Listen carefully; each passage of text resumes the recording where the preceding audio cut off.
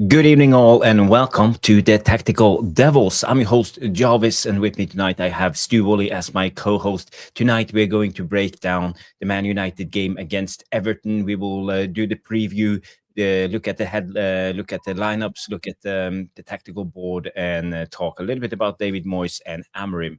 There's some breaking news about Casemiro. Apparently, is going to be offered a new contract on reduced wages, according to Fabrizio Romano. So this came out just in. Manchester United want to continue with Casemiro with the club preparing to offer him a new contract on reduced wages. So we are going to talk about that. There are some stronger links on João Gomes, 44 millions. There are other updates, the Cunha injury. There are some updates.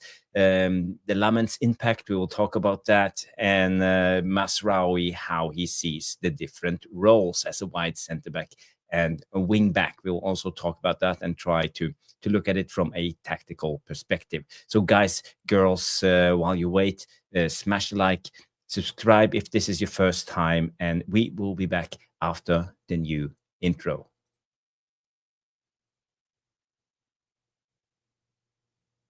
Maybe. Or not. Come on, play.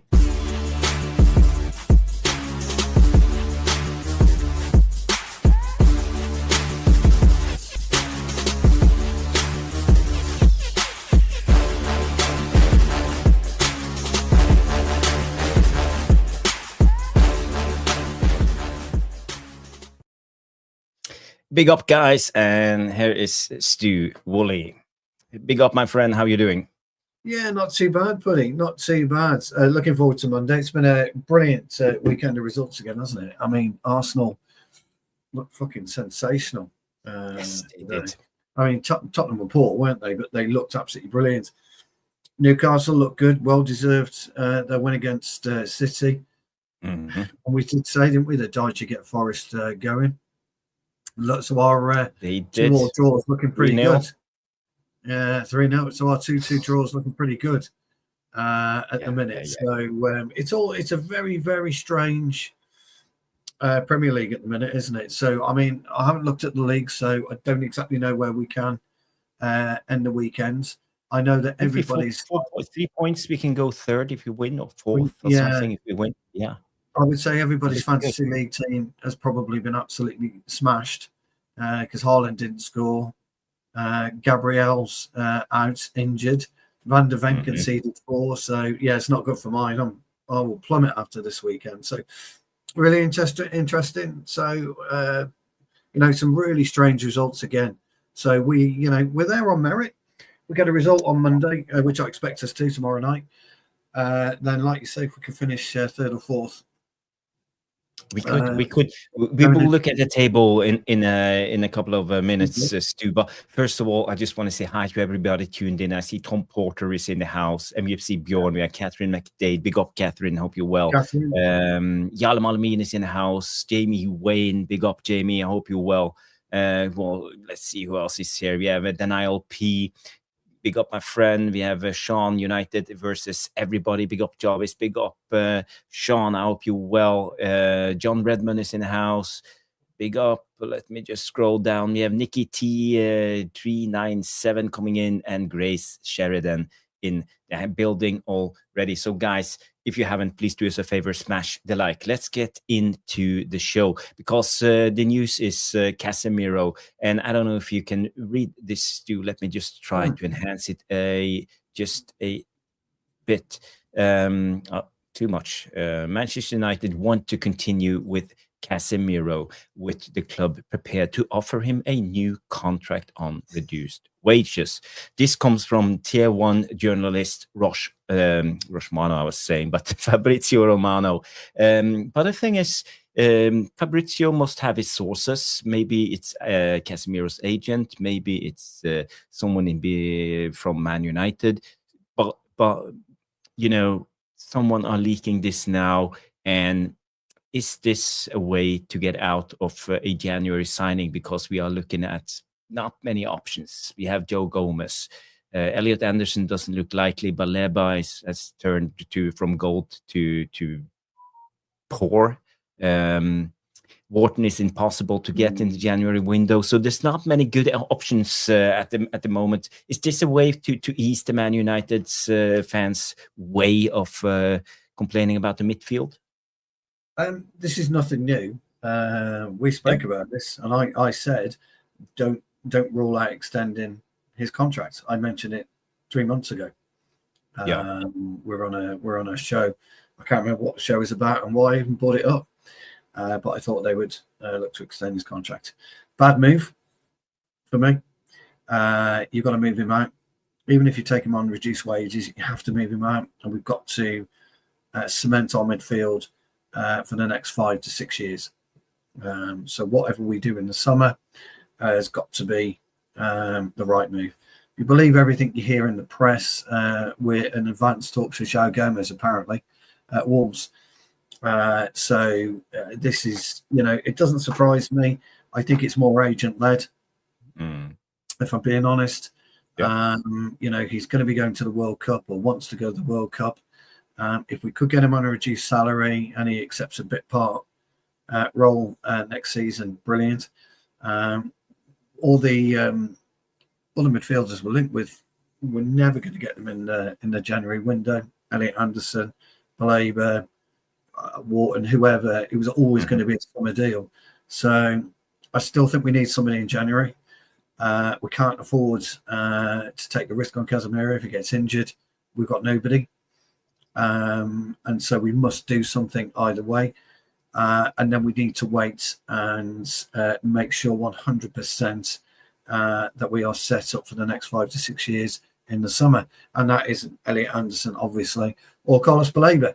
Either one of those two, maybe a Stiller, maybe I don't know, a Lukic from Fulham, someone like that comes in. But if we're buying Gomez, hypothetically, if we buy Gomez in January, then it's going to be Gomez plus. So that will be it. It will be Gomez plus. So you would have spent potentially 150 million or 104 million on 2 midfielders. So his choice is one that he's got to make, Casemiro. We've suggested that they may even offer Maguire an extra year. He wants to stay for another year. Maguire accept a bit part role in the side. Would Casemiro accept a bit part role in the side? He's our number 1 at the minute, our number 1/6. But as I say, if he gets injured, you don't do anything in the January window, then you are leaning on Ugarte. You are leaning on Mainu, potentially, if Mainu sticks around in the summer window, in the January window. So, look, it's a really interesting comment. It's not really unexpected. Like I say, I spoke about it 3 months ago. I said I wouldn't be surprised if we didn't extend his contract. It would make sense financially for us because you're still going to get some kind of money for him. But overall, over the course of his contract period, and if we do extend, have we really made the best use of Casemiro? Probably not. Has he really adapted to the Premier League? Probably not. He has been brilliant in parts of seasons, but never overly consistent. So really, really tricky one for us. It is. I would lean. Let me add some context into this because I think it's important when we because if you break down, you say the new contract on reduced wages. So as far as I know, he's on about 18 million pounds a year. So if you take 18 million pounds and divide it by 52, that's weeks in a year, 52 weeks, it's about 346,000 pounds a week. Yeah, he's on Wayne Rooney level of money. Yes. I think he's on a little bit more. I think it's 18.5, but who am I to tell his wages? There's just rumors. Nobody really knows. Nobody really knows 100%. But let's say it's 350 a week. So for me, what's reduced wages, first of all? What would you offer a 4 times Champions League winner, World Cup winning Casemiro in his pomp, 33 years of age? He will be 34 in February. So that will say if you give him one more year extension, he will be 35 while playing for Man United. And how much is he worth? I'd only offer him 80 grand a week. That's what I would offer him. You're here for 80 grand a week. And to be brutally honest with you, 80 million a year for how long's he been with us? 4 seasons, 4 years? I think it's three seasons, two under Ten Hag and 1 Amorim. Okay. So either way, he doesn't need 150 grand a week. It's his 4th season, this one. I thought it was his 4th one, yeah. So I'd offer him 80 grand a week. He doesn't need 100 grand a week. He doesn't need 200 grand a week. I'd offer him 80 grand a week, and that is to be a bit part footballer. Mm-hmm. And that's how it would be for me. We've got to move away from this sentimentality as fans and as a club. You know, other clubs have done it. They've got rid. I've said to you before, De Bruyne, you're too injury prone now. You've got to go. You're gone out the door. Nunes at Liverpool, doesn't really matter whether he was playing well or not. You're gone. You don't fit the squad, out the door. You know, these players are moved on in other clubs. We don't move them on. That's why we're still stuck with Bruno for all this time. Well, for a great example, we've missed our window. We've missed 100 million. But let me give you some other examples. You know, if you go back a year, there are some aging players at Liverpool. Mo Salah, Van Dijk. They were brilliant last season, but they are now becoming in an age where they are at a decline. So, it's for the best of the club and for the best of the player. I think we should try to drop him now, because he needs to move. Maybe he's playing really well this season, but let's be realistic. In the next 24 months from now until the end of his extension, will he perform at this level every week? I feel that's a stretch.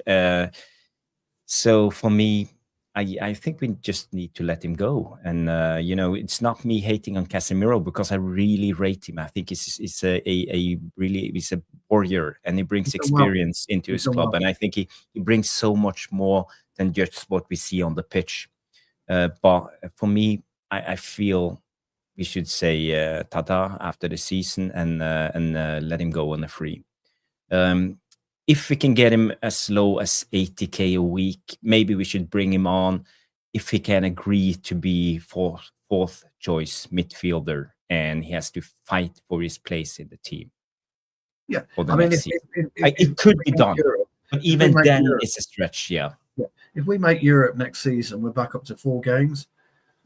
4 competitions again at the beginning of the season. So at 80 grand a week, bit part player, he could play FA Cup, he could play Carabao Cup. We will most likely be in Europe next season. And we're likely to be in Europe. Yeah, we're likely to be in Europe. So we would need that. But if you don't take the chance now to strengthen your midfield, we've seen in the past, by not strengthening our midfield for the last 8 years, the problems that we've had in that particular area. So I think, interestingly enough, if we get him down to 80 grand, if we take 80 grand, I'll keep him. If not, then I wouldn't. No. I made a poll in the live chat. Simply, should we give Casemiro a new contract on reduced wages? And 53% of the Devilish Taticos says yes, and 47% says no. So I would say it's 50-50. This is why I have the debate and try to bring out. But on the positives, why should we give Casemiro a new contract? Be the devil's advocate, Stu. To be honest, Jarvis, why should we give half the fucking squad a new contract? You know, only now are they wanting to perform because they've understood. Me and you sat on a show only 2 years ago.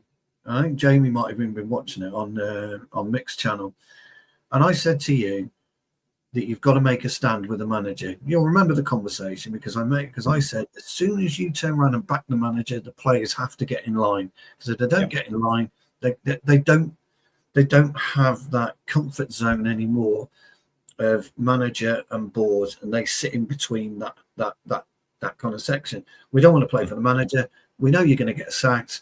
We don't care. We don't care who comes in. We'll get him fucked off as well. Whether we like Jim or not, he's coming in. He said, the hammer's down. I'm backing him. The end. Don't care what you lot fucking say. I'm backing him. And that has completely changed the outlook, the way that these players are starting to play, starting to perform, and starting to act. Their body language is completely different. Yeah. Because they're not in that comfort zone. They're not in that luxurious area anymore of getting managers fired. That's it. He's turned around and said, I'm giving him 3 years. Fuck it. I don't care what you say, Bruno. I don't care what you say, Garnacho or whoever. You're gone. You're gone. Simple as that. So that is a big thing for me.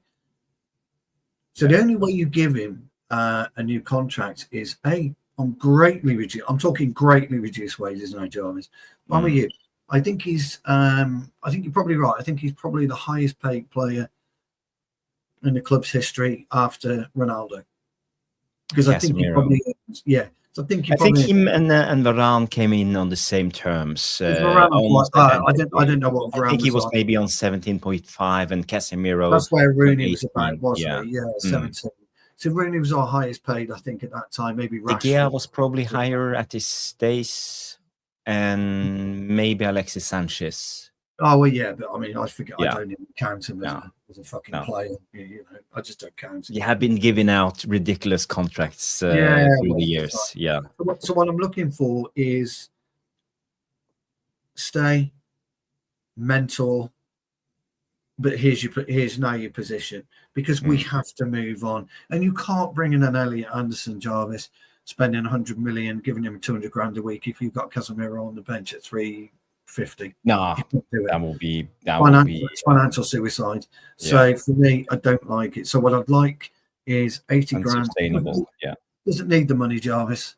He doesn't need to go over to Saudi Arabia. I mean, he might do, but he doesn't need to. He just needs to want to play football for Manchester United. And if he takes a reduced salary, it would be absolutely brilliant for us. But our concentration has to be new blood in the summer. It's got to be. And in January, whoever that may be. Not a fan of Gomes. I really aren't. I've seen a lot of people, the Wolves fans, rave about him. As much as they raved about Cunha. And we know what Cunha can deliver. I just haven't seen it with Gomes. But they fucking rave about him. I mean, they would hate for him to come. I'm with you, though. I think we'll probably more likely get Gallagher on loan. Yeah, that's probably the best option, with an option to buy, not an obligation, but an option. And then we go after hard Elliot Anderson, because he was. I don't know whether you saw any of the Forest Liverpool game. He was fucking brilliant. Oh, before we go to this, we have some updates on Gomes, but yeah, I saw Elliot Anderson, and what a player! You know, he's becoming, you know, probably the best CM in the Premier League at the moment. He's everywhere. He's good in tackles. He's good in winning the ball. He's good in duels, but he's good on the ball. He's press resistive. He's active on the ball. He finds a pass. I think he's everywhere, and you know, his work rate is through the roof. Fantastic. He was brilliant yesterday. I think he's in his form of his life at the moment. And guaranteed start in the World better Cup than any other Premier League midfielder. But I have to say, there's one more that I would really want to get, and that's Tonali, because I saw him against Manchester City, and Tonali, for me, it's ridiculous. You know, he's him and Guimaraes together are fucking amazing. They're both brilliant. But I tell you, I don't know if you saw Declan Rice today. His performance was. I know Tottenham were rubbish, by the way. They were fucking woeful. Tottenham. We couldn't beat them. We couldn't. No, but Declan Rice today, and it's I can't remember. Eze was some brilliant. Flair, you know, some individual was brilliant today. The midfielder who put Trossard through for the opening goal, that beautiful little ball, absolutely superb. So Elliot Anderson, guaranteed starter for England. Tim and Rice, guaranteed. They are probably, there's Pickford, Anderson and Rice. Those and Kane, sorry, those are guaranteed for. Eze carries on like he's doing. Saka was superb today. We look great going forward. We really do. So it'd be really interesting to see what he does. But Anderson for me, although I do still think Balaba's our first choice. I don't know why. I've just got an itchy feeling that Balaba's our first choice. But if you could get Anderson, but I'm going to say it, Jarvis, and I meant it about Balaba, and that although he's had a really bad season, he has. Mm-hmm. You're going to have one chance. You're going to have one chance of buying Anderson.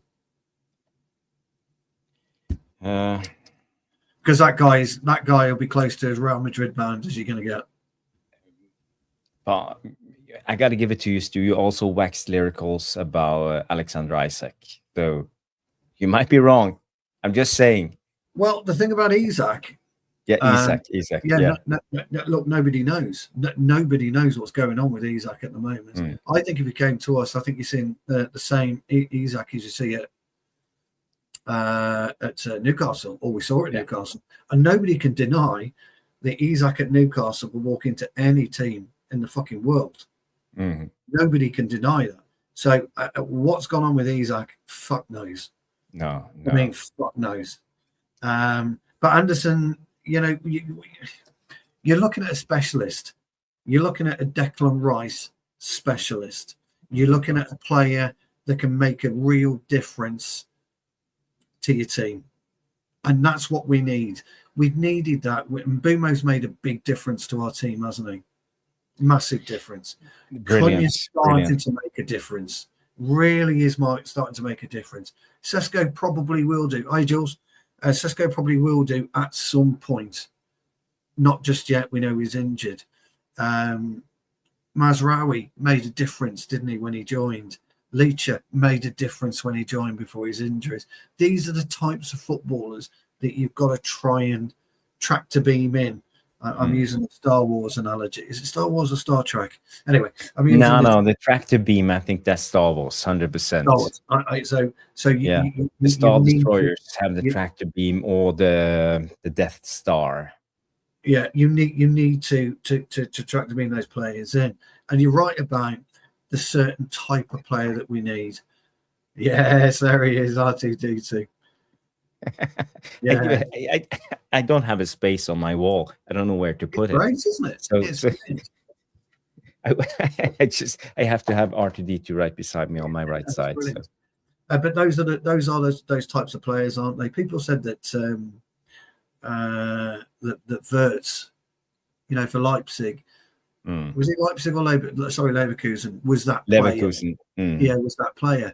Okay, you can't quite cut it. So I think we need to understand that we must go out and get the right player from the Premier League. Anderson's likely to. If you don't buy him before the World Cup, Jarvis, you might just price yourself out of the market. Would you agree? I agree. I think we should go all in and forget about Baleba, forget about Walker, forget about everybody else. Big up Alien Tenno. Peter is in the house. Good to see you, Peter. He comes in and say we have a better players than Anderson. Mainu, but the manager won't play him. So that's an issue. Always, we had the Mainu debate. But I think at the end of the day, it comes down to the manager won't play him. Amorim don't rate him. He's not the type of midfielder he wants in his 3-4-2-1. Or it's a mystery, isn't it, Pal? Pete, if you've got any inside information as to what's going on with Maynard, then share it with us, because me and Jarvis were talking about it on Thursday, and we both think it's a mystery. Absolute mystery. Jules comes in and says, "Stu, your man Palhinha looked a cut above his teammates today." He was as good as you're going to get, but he had no chance. You can't do it on your own. Yeah. You like Mickey van der Ven, Jarvis. You like the way he defends his speed. He was wank today. He was fucking terrible. Abysmal. But Arsenal is a level above everybody right now. They're a level above everybody. They look complete as a team. So I think they have already won the league. To be honest, they are ahead of everyone. They look solid. They have squad depth. They have so many players that can come in and do the job. You saw SA. Odegaard is out. You just bring in SA. SA comes in, scores a hat trick, man of the match easily with some flair, some good technique. Saka now was great today. Starting to see the old Saka. Rice just ran the fucking show. He ran the show, didn't he? Arsenal scummers. No. Well, I rather Arsenal win the league than Liverpool or City, to be honest. That's how bad it is at the moment. But I prefer Arsenal to do it. Same here. I don't want the scum to do it, and I don't want City to do it. I'd rather Arsenal do it. If we can't win it, Arsenal, Villa, anyone but them fuckers. Even Sunderland would be great. Although they got a spanking, didn't they? So they did. Let's go into the next news. We have this one. Manchester United are in advanced talk with Wolves to sign João Gomes in January in the deal that would reach £44 million. The conversation between United and Wolves have evolved in recently days. So, they are getting stronger and stronger links. Right now, it looks like João Gomes is the only option if we are bringing any midfielders in January. I think the rest of the links are they're just dreams, to be honest. I don't think we have a chance signing Elliot, Anderson, Baleba. Oh, God, no, forget all those. There's some maybe there's a small chance with Ruben Neves because he's available 18 million, but Ruben Neves is on 400k a week, so his wages will ruin it. He's 28. He needs to make his money. He won't. Do you know what? I don't think Neves is that type of player. I think he'd come in at 200.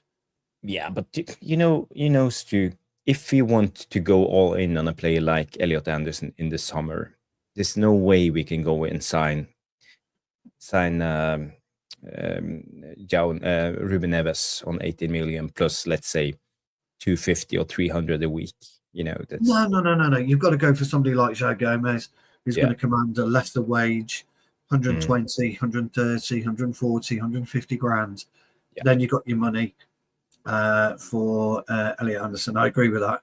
If you can get, and it's not going to happen, by the way, but if you can get Neves in at 18 million on 150, you take it all day long, wouldn't you? You just would. 400 grand a week, you're absolutely right. Big up Tyrone.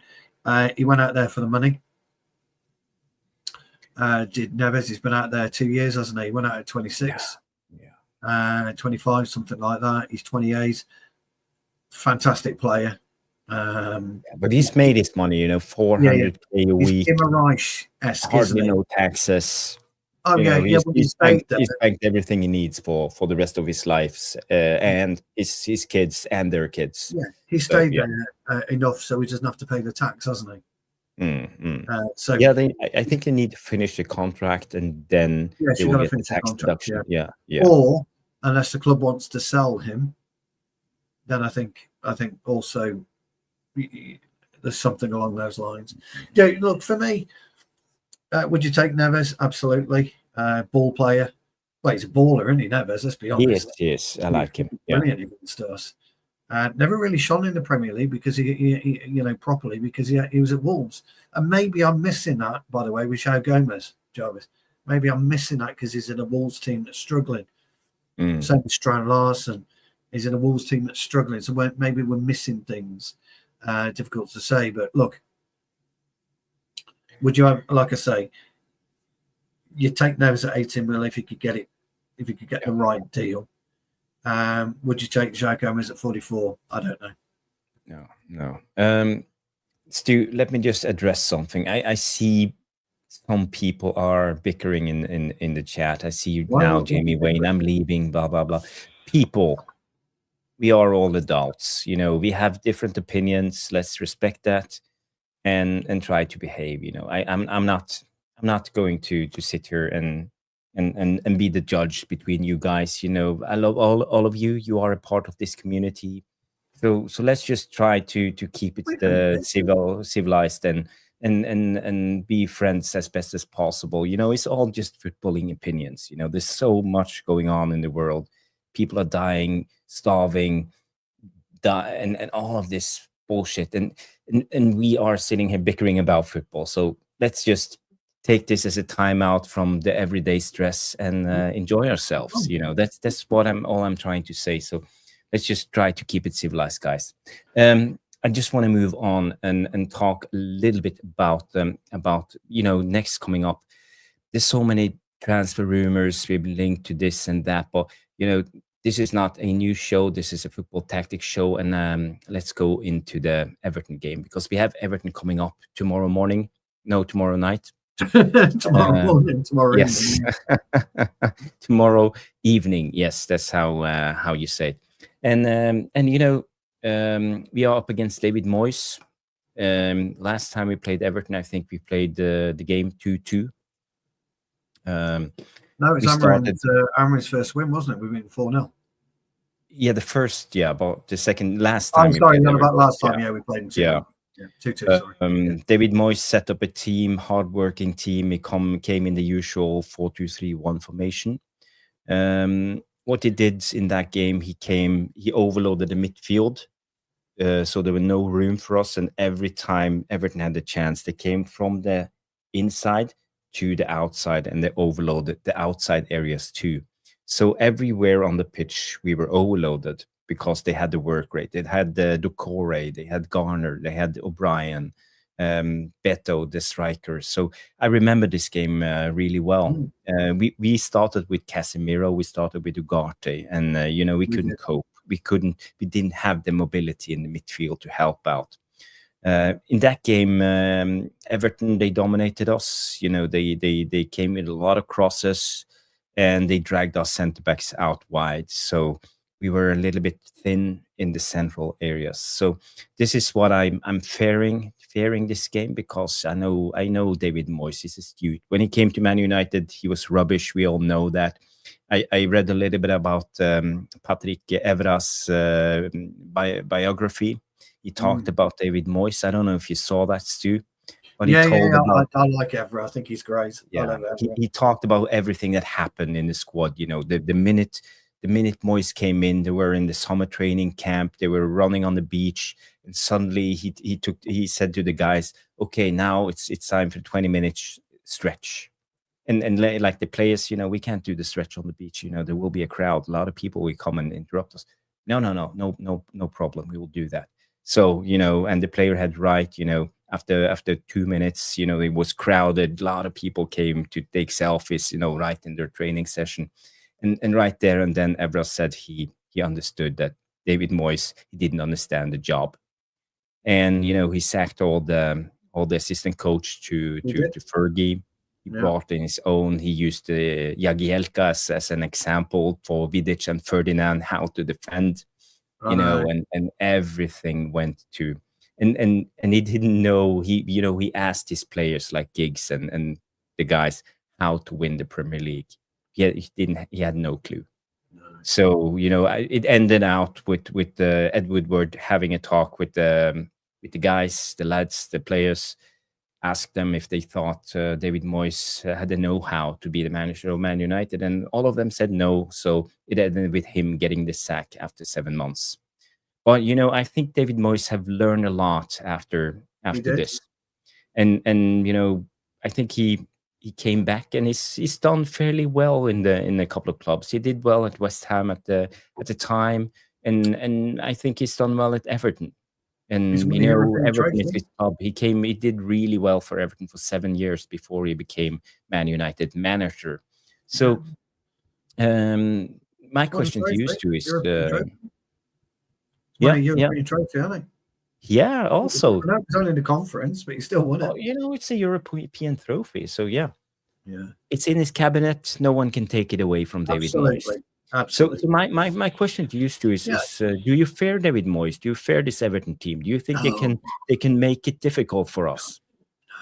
This is the perfect game for the old diaphragm crocodile. The crocodile formation is perfect for them. It's brilliant. Anyone who doesn't know what I'm talking about, Bilal asked us a question on Thursday, could you design a completely different formation? And me and Jarvis have been talking about this for years. There's only 3 or 4 formations you can really use on a football pitch. You just dick around with it. So I came up with a crocodile formation. And Jarvis says it's too narrow. And I said, like a diaphragm, it expands to the wind. So the crocodile formation would absolutely badger him. Look, do I fear him? I think he's an underrated manager, David Moyes. And the reason I think he's underrated, he sits in the same bracket as Sean Dyche. They're dinosaurs, these managers. They only know the long ball, they only know the long throw, they only know this, they only know that. I think but actually, when they get the right players, they actually understand how to play football. Now, when you looked at that game today, Arsenal and Tottenham, Arsenal battered Tottenham with some wonderful, intricate football, but yet they tried the long fucking throw-in on occasions, tried the long ball on occasions. So it does happen when you mix up your style of play. You don't need a specific style of play. You can mix it up and you can get the best out of it. So I kind of think that we're not going to see a brilliant Everton, I don't think, tomorrow night, to be honest, old friend. And you're absolutely right about Moyes. He is a 4-2-3-1/4-3-3, isn't he? That's how he operates. That's what he does. But he is very rigid with his back four. Now, I don't know enough about the starting 11, Jarvis, so it'll be interesting to see who he picks and who you've got out, whether we can get that up, the start. We can bring up the tactical board, because I just copied what FootMob put out. Okay. Yeah. So let's have a look at it, because this is not my team. And that's the key. I don't think they could hurt us in a striking element. But Ndai hurt us last time. Idrissa Gueye hurt us, as you quite rightly said, in the 2-2. Dewsbury Hall hurt us, didn't they? O'Brien is not playing. Corey is not playing. Beto is not playing, apparently. Barry is the first choice right now. I don't know who he is. No, he's a French attacker, but he's 13 games, 0 goals. So I wouldn't. But he's big. He's I think he's 6'1" or 6'2", so he's a tall guy. Yeah, so he's a tall man. They're good at the back. They're really good at the back. James Garner doing very well at right back. Pickford,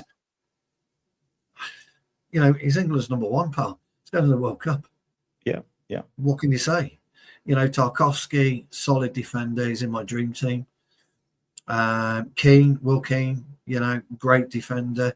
Made his name, made his mark. Man United. Yeah, Milachenko, brilliant left foot. We know that. Superb left foot. So they're decent at the back, but I think we will have enough to pick them apart. We're going to be like a toothpick, Jarvis, and we're just going to go. We're going to go in between the gaps, old friend, as you like to say. That's what we're going to do with a toothpick, and we're going to start causing them problems. I think he won't change the way that we play. What will be interesting, as we kind of spoke about on Thursday, is who goes up front. Does Cunha play the 9? Does Mbeumo play the 9? Does Mount come in? And does that? Yeah, in the expected lineup, as you see, let's just go through it, Stu. The expected lineup, FootMobs, it's the same with WhoScored.com and all of the other know-how. So Lamans in goal, Ligt, Shaw, Yoro, the usual back three. I think Maguire has a knock. He's not 100% ready to play, as far as I know. No, he's not. Still injured, Yeah. So Ahmad on the right, Casemiro, Bruno, and Dalot on the left wing back. A little bit of controversy, but this is how they. Would you not think Dorgu? No, well, as I said, this is who scored. Dalot picked, and Mount is in the starting 11 on the left, and Mbeumo on the right, and Cunha as the false 9. I've got no issue with Cunha as a false 9. Yeah, I've got no issue with Cunha as a false 9. I don't like Ahmad as a right wing back. I don't. I've said it for a few weeks now. I don't like it. We demonstrated his weaknesses in before Amorim came out and said what the problem was. Johnny K. Cunha injured. Is that true, Yoro?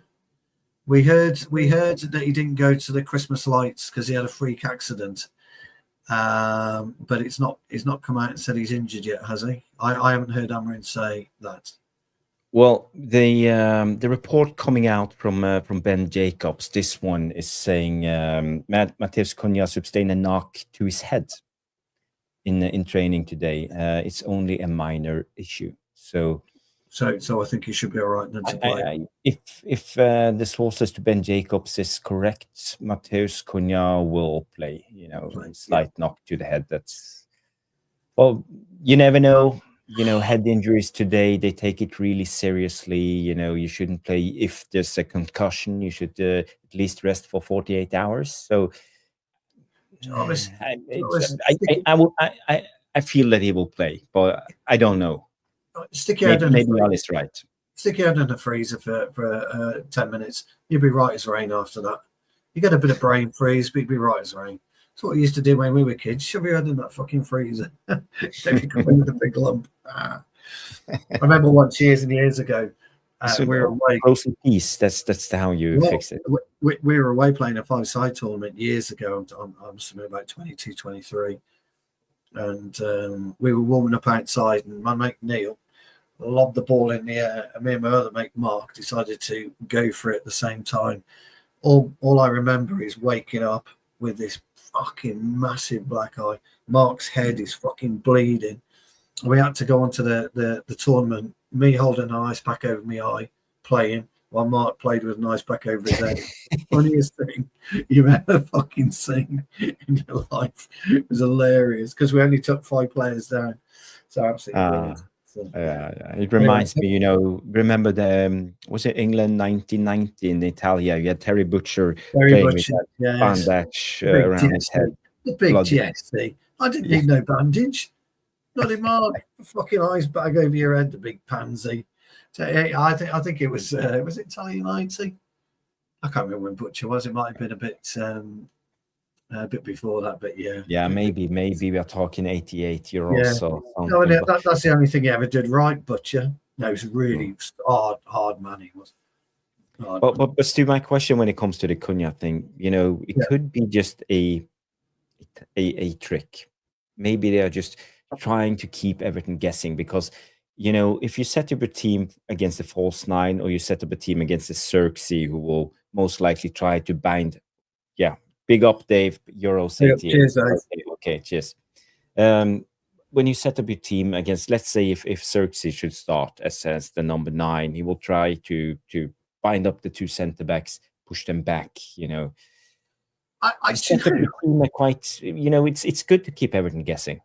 Do you know, it'd be really interesting if he starts with Xerxes up front as this false 9. Oh, I'm a 9.5. That's because you don't know what type of player you are. It's the only reason you say you're a 9.5 because you haven't got a fucking clue. But interestingly enough, how interesting would that be if it's Cunha, Xerxes, and Boomy? That'd be quite a different front three because both Boomer and Cunha can play through the middle and Xerxes can play out on the wings. He hasn't got the speed, but he's got the ability and the skill to be able to do something with that, hasn't he? So interesting. Sean don't think Amorim sees Xerxes as a 9. He said he's a Cunha rotation option. Okay, yeah, no. And Taya Simba comes in with this question. I just wanted you to answer this quickly, Stu.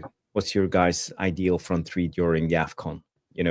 For Man United while Mbumo and Ahmad is out, and Masraoui.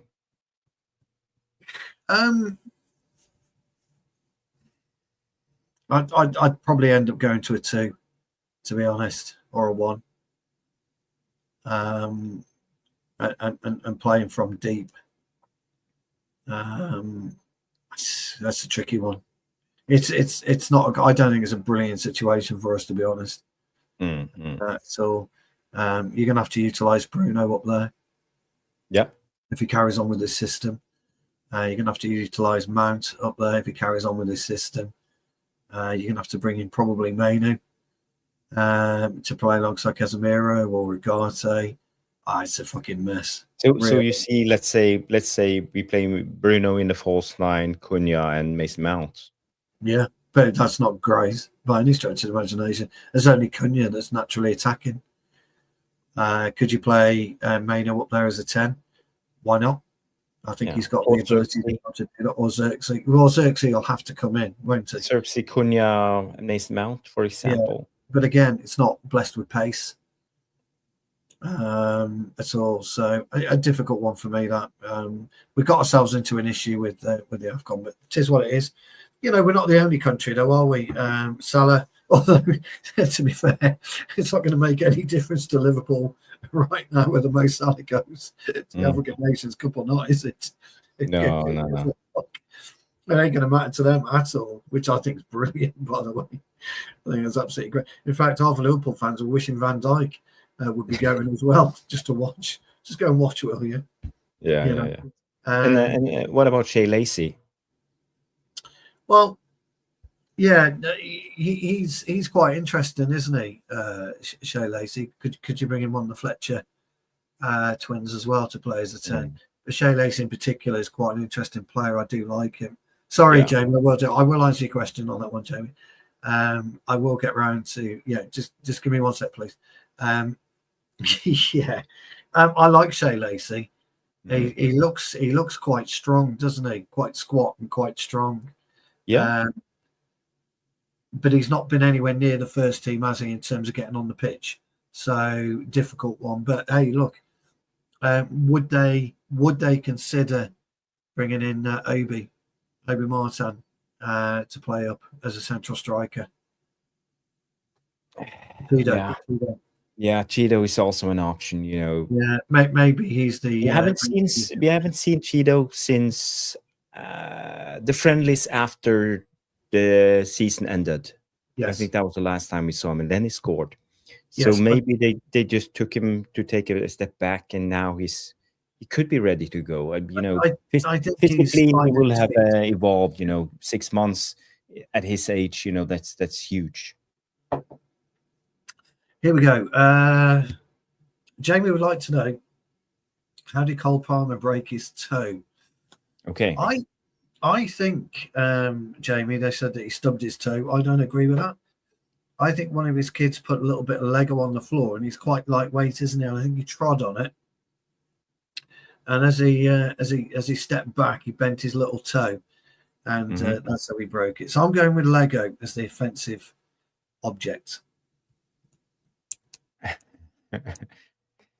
He mistook a bowling ball for a football, and I don't know. Maybe that's my theory. I don't know. That's quite funny. Huh? Either way, it's an embarrassment, and he's out for a while. So not good. The thing for Cole Palmer is, at the end of last season, he was a shoo-in for the World Cup. He's nowhere near going to the World Cup at this point in time. So if I was him, I'd be very, very worried. Yeah, but Chelsea are doing bits. Chelsea are second place now. Second table, yeah. So you might see him in the squad either how, you know, because of this. People are giving us rapper names. Yours is called Ice Cocker. Brilliant. I was called Stupak and Wooly G. I like Wooly G. I like Stupak as well. Here we go. He got injured doing a Panenka pen in training. All right. That'd be about right. What else have we got? I saw he grabbed a goal, Danny. These are all. Yeah, it was Ronaldo. Did you see Ronaldo's bicycle kick? You know, he scored. He's 950. They were 2-1 up when I saw the game. I don't know what their final score was. Yeah. Oh, you know, you saw the bicycle kick from Ronaldo. No, I missed it. I kind of dipped in and dipped out in it. You know what it's like on weekends. Yeah, I know. I want to go back to the tactical board and talk a little bit more about the game, because this is why we are here to cover the game tomorrow. So, okay, this is how FootMob sees the starting 11s. So take a look at Everton and how do you see? They have Grealish and Dye. He's been their, I would say, the best players this season. And including Garner, I think you have a solid back four, couple of good wingers, hard-working midfield, and a big striker, but no goal threat. You have to do something quite funny on that if you get a chance. A couple of things for me. The way that Everton will be quite savvy actually on Monday, and I'm going to say I think they're going to see Yoro as a weakness. I don't think he's a weakness, by the way. Let me just be very, very clear. But Grealish's remit will be to play off Yoro as much as you can. Yeah, but Mykolenko likes to push up. So if I was David Moyes, I would put Mykolenko on Yoro, make Mykolenko underlap, as we've seen all other been doing, and push Ahmad back and make him defend one against Grealish. I think that will be the winning recipe for I'd switch it, and I'll demonstrate why. So I would have Mykolenko against Ahmad.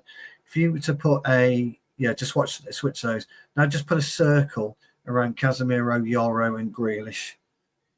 Okay, about Casemiro, Yoro, and Grealish. So around roughly around there. Yeah, that is for Mykolenko, perfect free kick position. And Grealish is going to win your free kicks. Mykolenko won't win your free kicks, but Grealish will. And Grealish, I think, will go at Casemiro, he'll go at Yoro, and he'll operate in that area on the hope that they can get Mykolenko on a free kick in and around the edge of the D to Yoro's side, to our side. So I'm looking down at it because he's I like Mykolenko, and I think it used to be. Do you remember years ago? It used to be Lucas Digne when Lucas Digne was it. They used to operate a similar system. Yes. That's where Grealish plays. That's where he delivers in that area. Willa, yeah. Correct. If you push him out, Jarvis, against Ahmad, I think I would want him there, by the way. So let me be clear. I'd rather have Grealish. Yes. I'd rather have Grealish by Ahmad and if you just put a little line just above Grealish and Ahmad, all the way to the byline. That's it. Yeah, so you would isolate Grealish on in this. Yes, he's not as dangerous there than he is where Mykolenko is, and that's the reason. That's the reason I think Grealish will operate against Yoro. Not because Yoro is a really bad defender, by the way. Let me be clear about this. I think Jarvis, he'll think he can get a better chance of a free kick with Yoro than Ahmad. And if he does play against Ahmad, it's a waste of time. We want Mykolenko having a free kick out where Ahmad is all day long, because I don't think they can punish it. And that's the only reason why I would slightly change it. What you're talking about, though, you're tactically correct. Basically, so whichever way he does it, he's going to have two players attacking Ahmad and attacking Yoro. But Yoro's brilliant in the air, so Grealish won't bother with him in the air, but he'll bother with him on his feet, because Grealish goes over very, very quickly. Ahmad's not strong enough. No, that's wrong. I don't mean it like that. But he's got more chance of being pushed over by Yoro, because Yoro is taller and winning the free kick than he has with Ahmad, because they're similar size, or Ahmad is slightly smaller. And that's my only reasoning. But Stu, I feel this area will be super interesting in tomorrow night. How will we solve it? Because if you look at it right now, how we will probably defend, with the back five, Dalot being here, Luke Shaw will push over, Ligt will push a little bit over. You can free up Yoro to help out a little bit wider. So, but if I was David Moyes, I would do something like this. And, in the build-up, let's say Mykolenko starts a little bit deeper. And if let me just remove this, and I will draw some etchy sketch now for you guys, but bear with me. He will underlap. And I would, if I was David Moyes, I would tell him then to go wide, and you see the same dance with Grealish out, and then go inside and be in Grealish's best space. Yeah. So Ultimately, because when you come here, let's say we are like this. Yoro pushes out and Mykolenko starts running this way. You could either leave and let Ahmad defend, or you could let Yoro track him. Either way, Grealish will be 1-against-1. Yeah, I wouldn't let Yoro track him. I would. So well, it depends. Everything depends on the situation, but I'm just telling the options how I see it. Yeah. So ultimately, Grealish where he is there is perfect. Stay there all day long. Mm-hmm. No problem. You're causing us zero problems. As soon as Grealish attacks Yoro in that area, he'll be looking for a free kick. You watch the way he'll try and dance and go over. He'll stiffen his body. He can't quite pull off the Jarvis chop because he's not as skillful, but he'll have his hands down by his side. You watch him, then he'll use his body and he'll go like that, almost like a salmon and a fish. I know it sounds a bit daft, but yes, that's right, exactly. He'll go like that, and he'll do that so that he's not appearing to get a hold of Yoro's shirt, and Yoro's using his weight to push him over. That's how he gets all his free kicks. Now, that is the most best system, the best position for Grealish. If we could keep him out, Jarvis, and we had Mykolenko in there, I'd be a lot happier. Because Mykolenko is a bit more of a rougher player. He's a bit more rough and ready. He'll just run at you, won't he? And just see who bounces off him, or if he bounces off you. So if I'm Grealish, Mykolenko is the crosser, not Grealish. Exactly. So, but I think he will underlap and then go outside. That's just how I see it. But just to add on it, Stu, because we know there will be something like this. Let's say they interchange. Ahmad follows Mykolenko. Yoro will be 1-against-1 against Grealish. But if you remember last time we played David Moyes, we have Doucouré in the number 10. Now they have Dewsbury Hall, and Dewsbury Hall always came from the inside to the outside to create overloads. So again, now we are setting up Yoro 2-against-1. So to solve this, we need to drop Mbeumo really deep to help out cover, or we have to push out Casemiro. Then we expose the central area, and we will be overloaded centrally. And we all talked about this, zone 16. This is the danger area when it comes to goals. I don't think it'll be that. It won't be as bad this time. Zone 14, yeah. It won't be as bad this time, and the reason is you've got Lamans around the 6. Lamans will probably operate between the 6 and the 12 yard, between the 6 yard and the penalty spot. He'll be able to snap up, and the difference between Lamans and what's his name, Onana, is Lamans will sweep. Onana didn't. Yeah. So Onana was stuck on his line. So I don't think it's going to be that much of an issue. You won't have a Mbeumo that far up either. And you'll be able to push in and tuck in Shaw and De Ligt a bit better as well. Bruno's slightly out of position. If that was where they are, Bruno's out of position. Bruno being between. Who's that?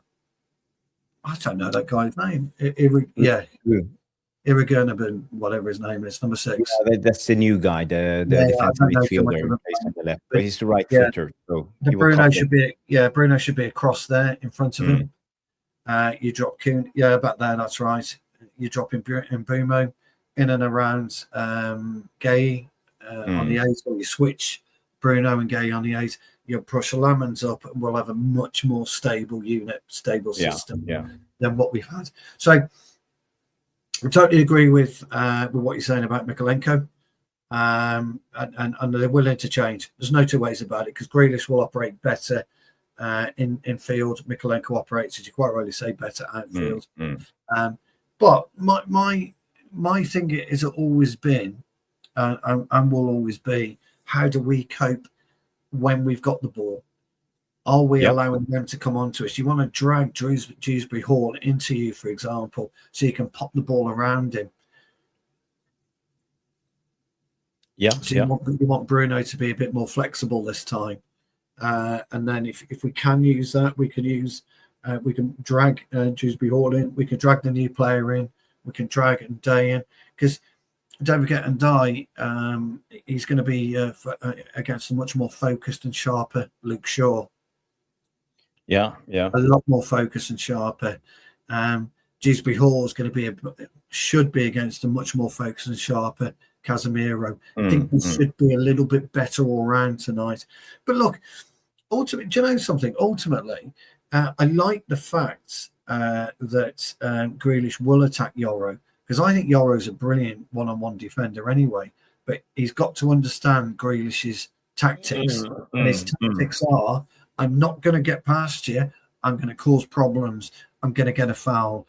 I want a free kick in and around the 25-yard area because I've got Mykolenko, as you quite rightly say, can strike the football. Dewsbury Hall's no mug. Yeah. Off the ball, you know. Well, boys, too, against Everton last time we played, the right-hand side was the danger side. Yes, it was. By the way, 31 likes. Big up Routinator guys, girls. Please do us a favor, smash the like. You know, every like counts. It helps out a small channel like the Tactical Devils. And, you know, if this is your first time, please do us a favor and subscribe to the channel. Yeah, good shout. Yes. By Simba. Sure, he does fade in the second half. Good shout. Well spotted. We have that with Casemiro as well. Totally agree. But I saw Sean earlier in the chat. He came with a solution to this one. We could play Masraoui as right wing back, and because he's a better defender, we will be more solid on our left, our right side, and we could actually play Ahmad in the 10. It means Mount on the bench, and we will see a lineup like this. There's no position. Do you prefer is it a more solid lineup, or should we go all in and try to back? No, get him Mazarian. I play Dorgu as well over Dallo. Okay, by the way. But I agree with Mazzari, Sean, 100%. I think as we've just demonstrated the strengths of Grealish and we've demonstrated the strengths of Mykolenko, Mazzari in there would be a much more better option. That would give Amorim more scope up front, and I think three of Diallo. Why I always say Diallo? Diallo, Cunha, and Mbumo is a better option than Mount. Look, I'm not going to eat Mount's lunch. I think he's been okay when he's played this season. To be fair, but we've got to go with, we have to win this game of football, Jarvis. We're in a state now where we've got to start really putting the hammer down and strangling opponents and strangling our place in the league. Yeah, it's changing, isn't it? So much all the time. Do you know what, pal? I'm really looking forward to this game because I think it's going to be absolutely fascinating as a game of football. I really do. If you look at where Bournemouth came from 2-0 down yesterday, didn't they? They did, yeah. Yeah, but they looked ordinary, I thought. Bournemouth looked ordinary. Didn't look great. West Ham just starting to pick up a little bit of form from nowhere. Forest beating Liverpool. It's all happening in and around the league. So these are games we can't afford to lose, pal. We're away at Palace next time. Is that correct? Palace, yeah. I think we're Palace. Palace. Yeah. So if we could get ourselves a win. What I want to see us, though, is I want to see us push Mykolenko back. I don't think he's a great defender, to be honest. He's better going forward. I want to see us try and get as much pressure on Tarkowski and Keane as we can. Those two are great in the air.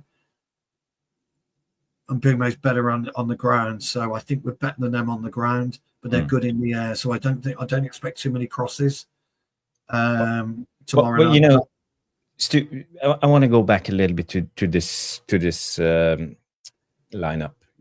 I think all of us agree. I think playing Dorgu is a little bit better. Playing Masraoui is a little bit more secure defensively.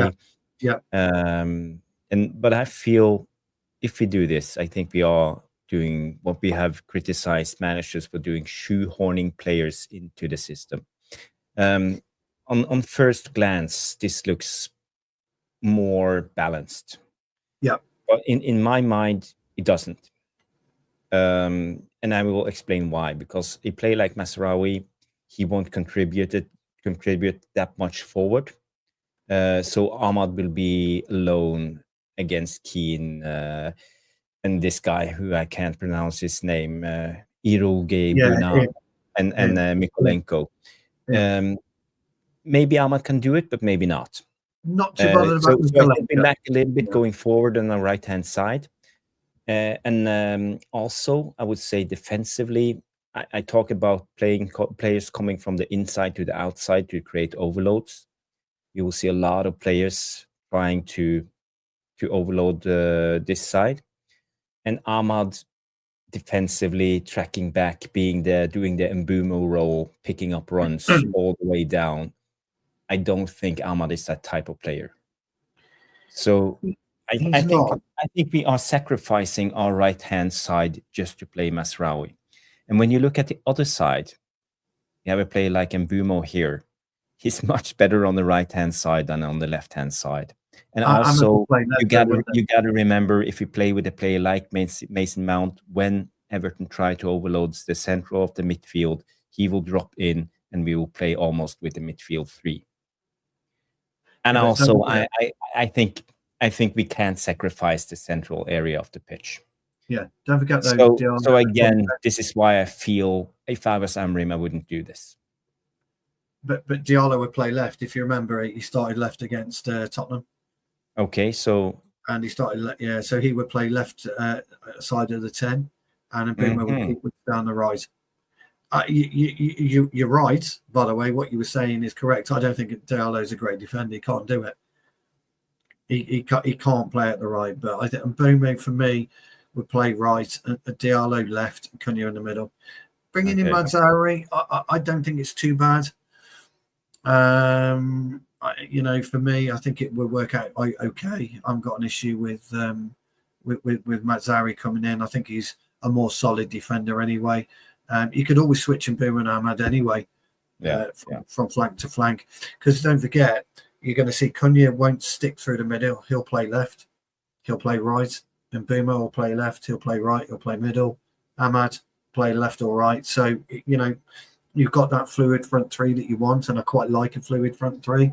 But I would always, for me, Diallo just doesn't. Sean says Mbumo was left and Ahmad was right.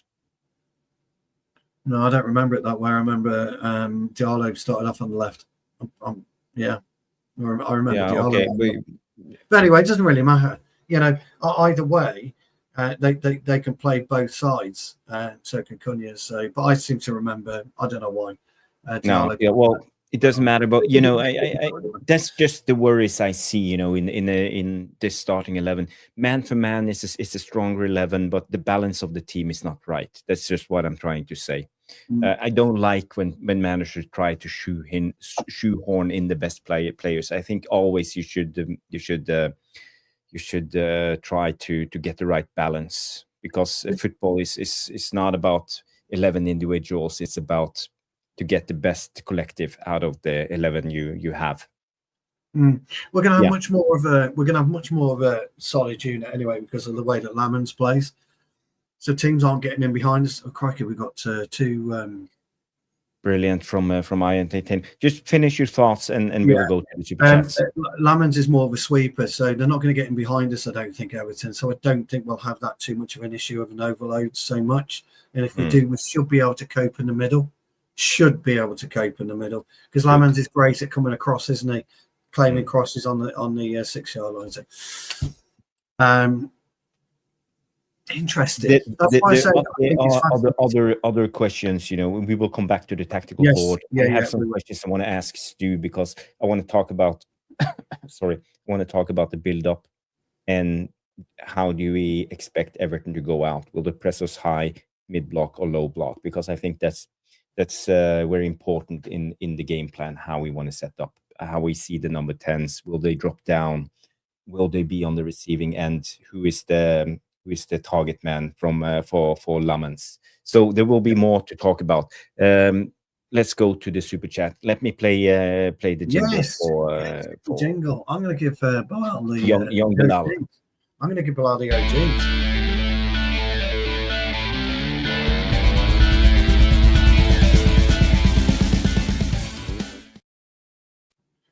I'm just doing a bit of my drumming there. Below, you get the OGs bar. Old Catherine, no nonsense, McDade will be having kittens now. She'll be absolutely, what are you doing? What are you doing?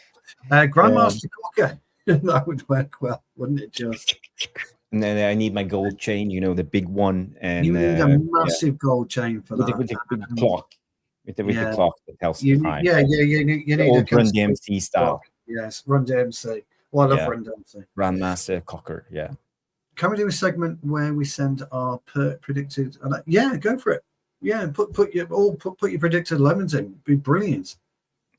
Yes, guys. Write down your predicted starting 11s, and we will do a segment 5 minutes at the end of the show. So have them ready, and we will go through some of them that you post in the chat. Ice, baby. Ice, baby. You're not gonna see. No, we're not gonna rap. We're gonna rap. The rap. He loves ice cocker. Oh, Jamie loves it, mate. He loves it. Good to see that everybody's the temperature has come down in the chat. Yes, it's good. It's just civilized, guys. Take it into perspective. This is just football. I want to go back. Question, Stu. Did you prepare? Did you have a second to think of my questions? Because as I said, we have the build up. Will Everton go high?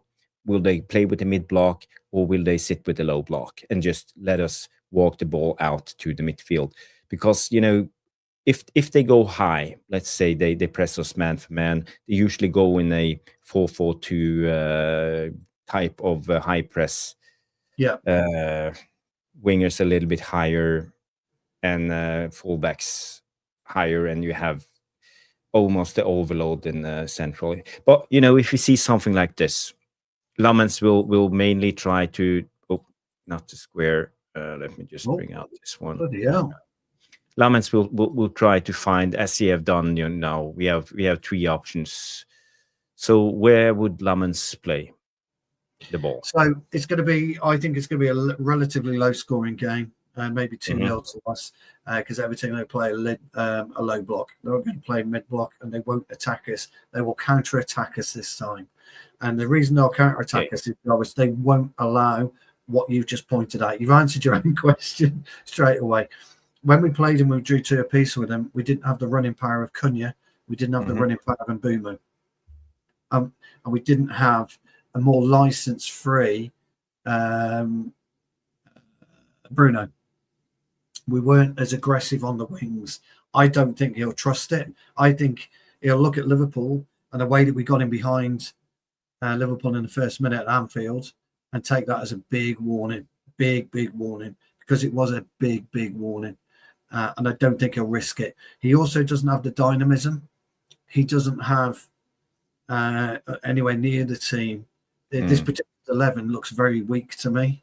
I love Garner, by the way, at right back. I think it's brilliant. What a great example of a young player who just wants to play football. I see Everton having 2 almost wing backs in this system, and one of the 2 6 or 8, Guay or this guy. I don't know much about him. Something. I don't think they'll trust. Maybe they will drop in the center and be the extra centre back, so we can actually see a fluent with the back 3 and then 2 wing backs. They won't trust that system too much because, as I said, running power kills. It'll kill any team, running power. And then Mbeumo has demonstrated that all season. Cunha has demonstrated that. Liverpool away, Jarvis. What a fucking. We were brilliant. Cunha was amazing at mopping up and stopping and running power kills. So I don't think they'll risk it, especially with Ahmad as well. Even if you do that, even if you put Mbeumo and Ahmad, I think this will be I don't think they'll risk it. Casemiro will sit and sweep. You could even push the Ligt up slightly just past the 18-yard box, and you've got Lammens, which is going to help in between. I've always said, haven't I, for all the times you've ever known me, I've always talked about yardage between the goalkeeper, the centre half, the centre mid. Those are your key areas. If you can give yourself yardage, but not enough yardage that a speedy forward could get in behind you, it makes a difference. And that's why we're not conceding goals from runners anymore. We could still concede stupid goals. Let's be clear. I mean, fucking hell. It's like both Tottenham's goals. Richarlison, he scored a fluke again today, didn't he? That's 2 flukes. He scored a fluke against us, which he claimed he was doing. He got that 40-yarder today, didn't he, against Raya? So you're not going to see that space in behind the Ligt, Yoro, and Shaw that would have been last year. So I don't think their running game will be as powerful as it was in the 2-2 draw. But our running game will be way, way, way more powerful. I think Moyes will do that, and I think they'll drop low to mid. Yeah. But I just drew out some I would say it's a viable play out from our team. For example, Lammens to Yoro, back to Lammens again, and over to Luke Shaw, and then we set up the diamonds again, as we see, and maybe Cunha dropping in as the 5th man in this diamond to be on the receiving end, or Mbumo, who can turn with the ball against Garner. So there are options in this team and how we play out. And, if Everton set up in the mid block, we will most likely see something like this. Yeah. And as long as Cunha is playing on the halfway line, we can dictate what Tarkowski and what Keane do. I spoke about this a lot, with good centre forwards. You've seen Haaland do it now recently. He occupies the 2 centre halves all the time. He makes them do something. He drags them wide, and I want to see Cunha or whoever plays the 9. It could well be Mbumo starts as a false 9. I want to see him big up Ben. I want to see him occupy the 2. I don't particularly want to see us still go out from the back as we've been doing. I want us to mix it up. I like it when Lammens goes into those wide areas. I think this suits us better. And I think for me, it does suit us, but I totally agree, fella. I think it suits us better too. I think it gets us on the attack, and that's why I think Moyes will play a bit deeper to stop our running game. Because one of the things we're no good at, we haven't been good at for years, is the low block, is it? We just cannot seem to operate in a low, against the low block. We struggled for years to do that, and we thought a straight out and out 9 would help us do that, but I don't think particularly it will. Again, and Mbumo's decent in the air. His goal against Tottenham was brilliant. It was great centre forward play, wasn't it? Forward, backwards, bang, goal. Cunha's not great in the air, so you're not necessarily going to get that. No. The crossing. Diallo's not great in the air, so I think we'll do less crossing. Especially against Tarkowski and Keane, I think that will be. He will lose 8 out of 10 duels. Probably 10 out of 10 to be honest, pal. Probably 10. And that's why I think we'll use our running game. But wouldn't you, if you were David Moyes, do something like drop them and make the centre backs go in the duel with Mbumo or Ahmad if they comes direct from Lammens, just to win the first initial, like Van Dijk did. So you're talking about winning the initial ball, aren't you? The initial head. Yeah. I'd use one of them, not both. I'd either use Keane or Tarkowski to do both. It depends on which side the ball comes. No, I'd switch you never know. I'd switch him. So on a Saturday time, exactly. Okay. Yeah, if it was me, I'd make a decision, because all you got to do is switch Keane and Tarkowski, because what you're doing is, you quite rightly pointed out, you're the one attacking the football. As the ball comes in, you're the one that's attacking it. As long as you've got a spare man behind, then I would just use the one player. Helga mentioned here. So Helga thinks this dude, him there. Iroge Bunan. Yes, they have a little chance of keeping possession. He's got very good control, keeps the ball well from. There you go. So he's a ball-playing footballer, Jarvis. I think what you've done with Everton there is correct. I think ultimately they'll be a little bit further back, a bit deeper, but I think ultimately you've got your setup pretty well. If I was Moyes, I wouldn't risk a foot race with Cunha and Mbumo. No, because pace, that's the weakness of Tarkowski and Keane. So you need one of them to sit a little bit deeper to be almost like the sweeper who sits behind. And to be fair to Pickford, he's not bad as a sweeper keeper either, is he? He comes out a lot, doesn't he? He plays it well. He plays a very high line. And I think that's really helped us with Lamans, the way that Lamans commands his box. It's really started to help our back three. So we're not having to play such a deeper line. We can play with a bit more freedom. So, and Yoro's got the pace anyway, hasn't he? Yoro has the pace, yeah. I think so. Yeah. No, I totally agree. Thanks, Helga. Me and Jarvis didn't know anything about it. Him. I haven't watched many Everton games, and if I've seen more of Jack Grealish and how he excels in this Everton team. So yeah, exactly. So we agree with December. We don't think Cunha's a great false nine, do we? We both said this, pal. We think he's a better 10, especially pushing us up the pitch. So, ultimately, pal, the way that Bruno plays tomorrow will be quite critical for us on how we unlock Everton if we are going up against a low block. The thing is, though, do you know what I love about football? I don't think we will see a low block. No, I don't think so. No. What I love about football, though, is Moyes could play the highest line ever and just decide to go for it and risk a spanking. My gut feeling tells me he will. That's why I'm talking about this. Only because you got to think of your weakness and your strengths. You set up your team against the one you're playing against. So for us, we know Man United struggle when it comes to playing out from the back. That's not our strongest side. And he has two hardworking DMs, and he has two aerial winning center backs.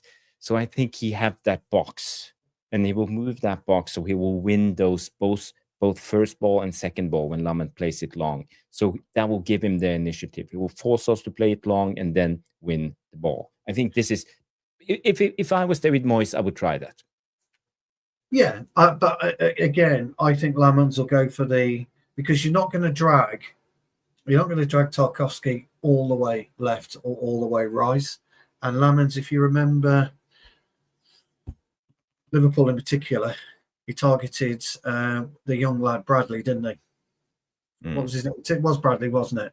So he would target and he'd throw it to Cunha at that particular time, and he was targeting Bradley. So, and you wouldn't see Van Dijk or Conte or whoever it is come that wide. You'd allow their fullbacks to do it. So that's where I think. I think he'll go lower because of the foot race.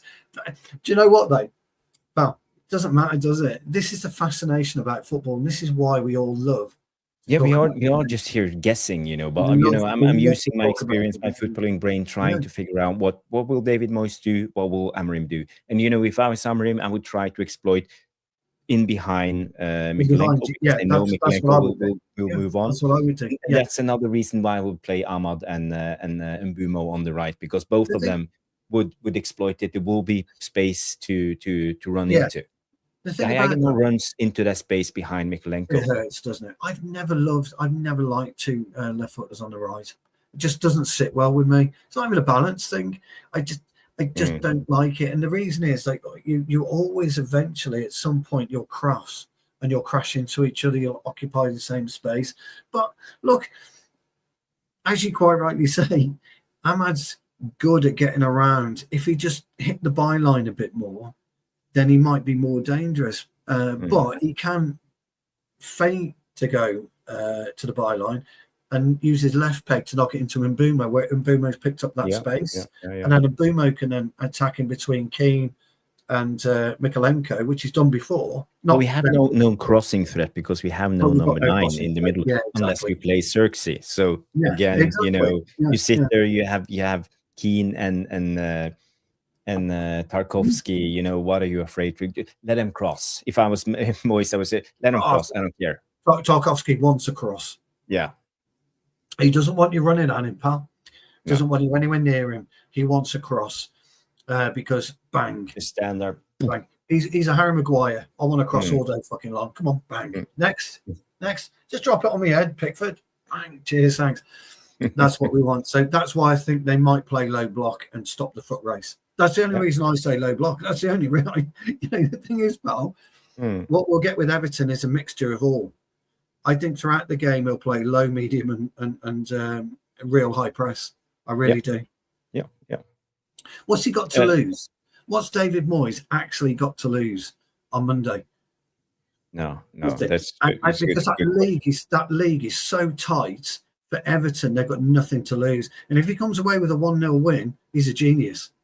Yes. If he comes away getting beat 4-0, look, I tried, I had a go, I went for it, I decided to do it. If we draw 0-0, then it's a problem for us, not for him. Either way, I don't think he can lose as a manager. What a great, it's only the 1 or 2 games that can do it. Whereas Amorim realizes, and when we look at the league in a minute, we all realize how close we are to mixing it this year. And we've not played brilliantly, have we? Really, we've just been consistent for 5 games. No, not if we've actually been consistent. We weren't consistent against Tottenham. We rescued it. So. Jamie says we should definitely do a would you do watch along. Yeah. Jamie says we for me that will be impossible because I actually when I watch the game, I have to tell you guys, I'm analyzing the game and I'm taking footage. It's even hard for me to watch it in real time. I stop, I pause, I go back 10 seconds, I watch it over again, do the same like 3 times, and then I just play it on. So I'm always behind in the game spot. For me, when I see things that catches my eyes, during games, I watch it over and over, and then I save the footage. So when we do the analyze, so when we do the analyzing, I remember parts of the game, and then I start looking at the differentials of that particular passage of play. So I start looking at other areas that we may not have considered, and I didn't consider during the game. And that's what I like about the analytics side of it.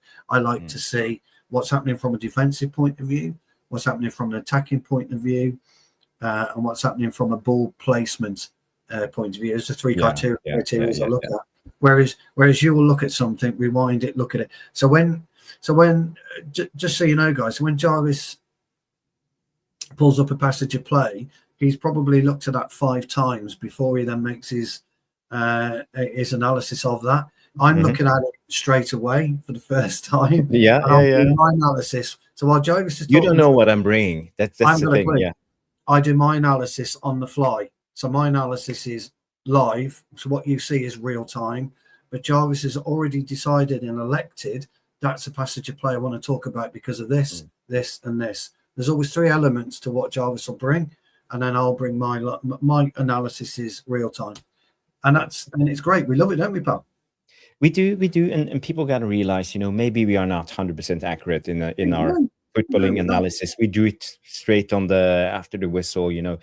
Sometimes I see that I'm wrong because I watch the game over again an extra time or maybe 2 times. And then I see, okay, this was what was really going on, and this was why this happened. So.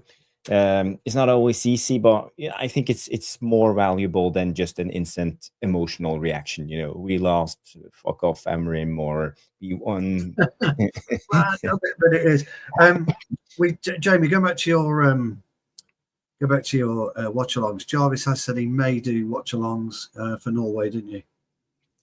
Yes, Norway watch-alongs I can do. In the World Cup, I would definitely do watch-alongs for Norway. That will be brilliant.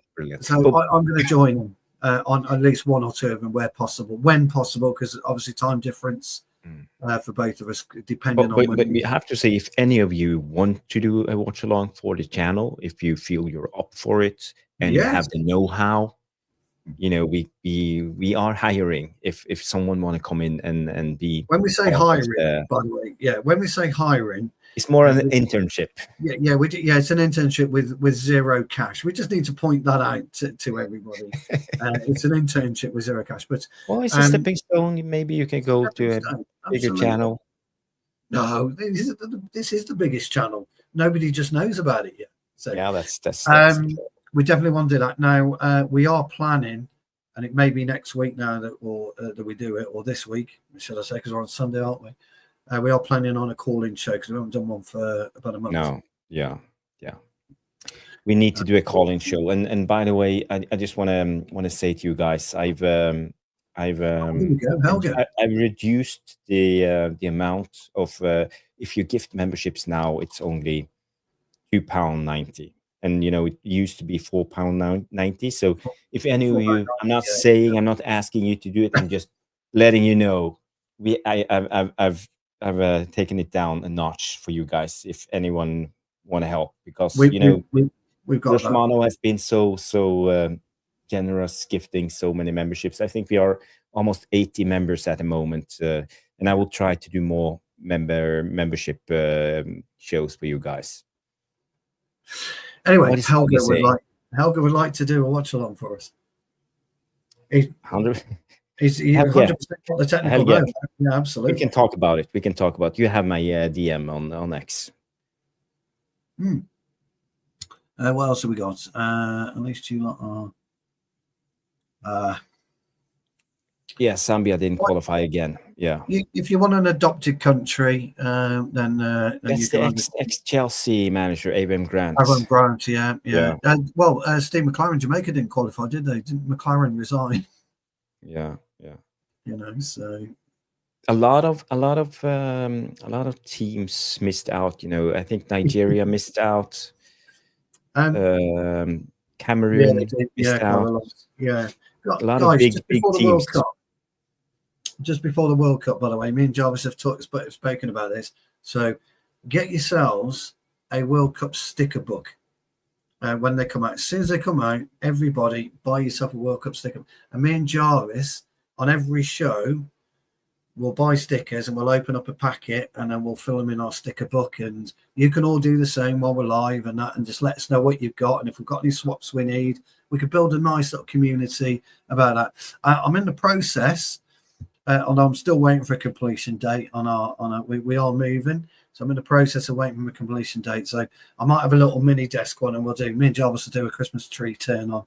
Jarvis normally puts lights behind him, don't you, pal? And we'll do a Christmas tree turn on type. I do Christmas light all year long. Behind me, I have Jamie Wayne. No more sticker books for me. Oh, here he goes. What I'm going to have to do, I might have to get something like that. Yeah. What else? So did I, Jamie. I tell you, I love the. Do you remember opening up your packet? I've got a shiny. Fucking hell, I've got a shiny. And you didn't know what the shiny was. It could be a badge, or it could be one of your favorites. Philip and I are doing one now. The tops won the Premier League. It's great. Yeah, we're doing the tops. I also gave him the Christmas calendar, the countdown.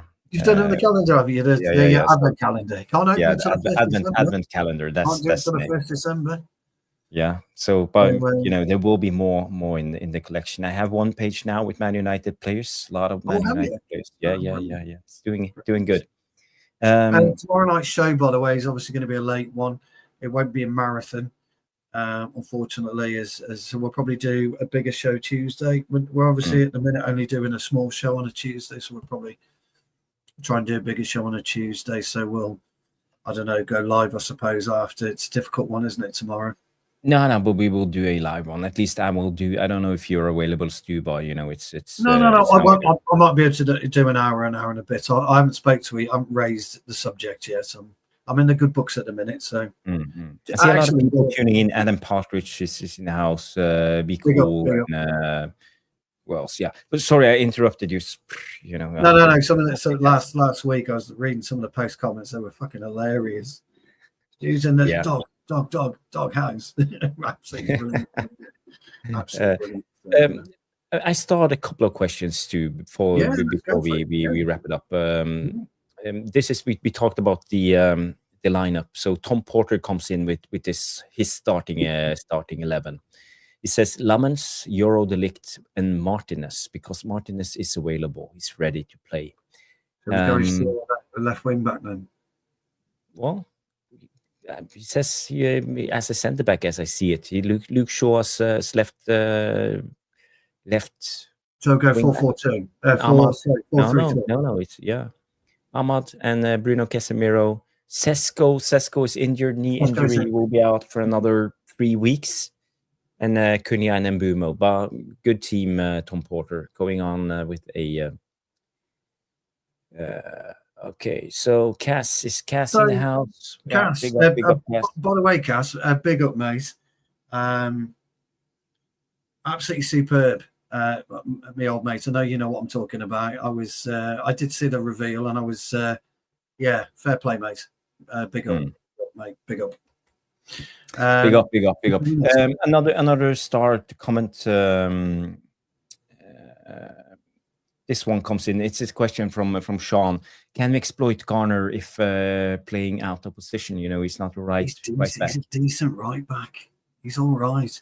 His positional sense is okay, Jarvis. He's not bad. Yes, yeah. I mean, when you look at Sobbers like Liverpool, people would think, well, in fact, this season and part of last season, you had Nunes playing out of position, the Wolves player, ex-Wolves player, Nunes playing way out of position for City at right back, and we did it okay, but he was caught out a lot. Then you had Szoboszlai this season playing for Liverpool, very good right back, and I think Garner's as good as it gets. I like him. Yep. To be honest, I really do. I like him. I think he's decent, Jarvis. Could we get at him? Yeah, I think we could. I think you get any fullback. You can get at any full. Well, let's put it this way, guys.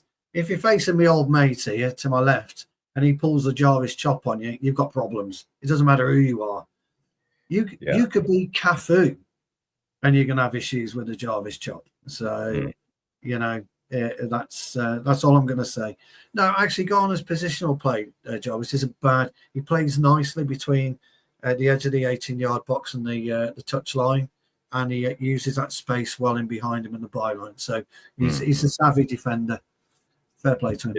Yeah. Guys, I want to talk about this one. This came out today. I know he's not our player anymore, but I want to have your opinion on it, because Jadon Sancho is set to slash his wages by 50% in order to secure a permanent return to Borussia Dortmund in January.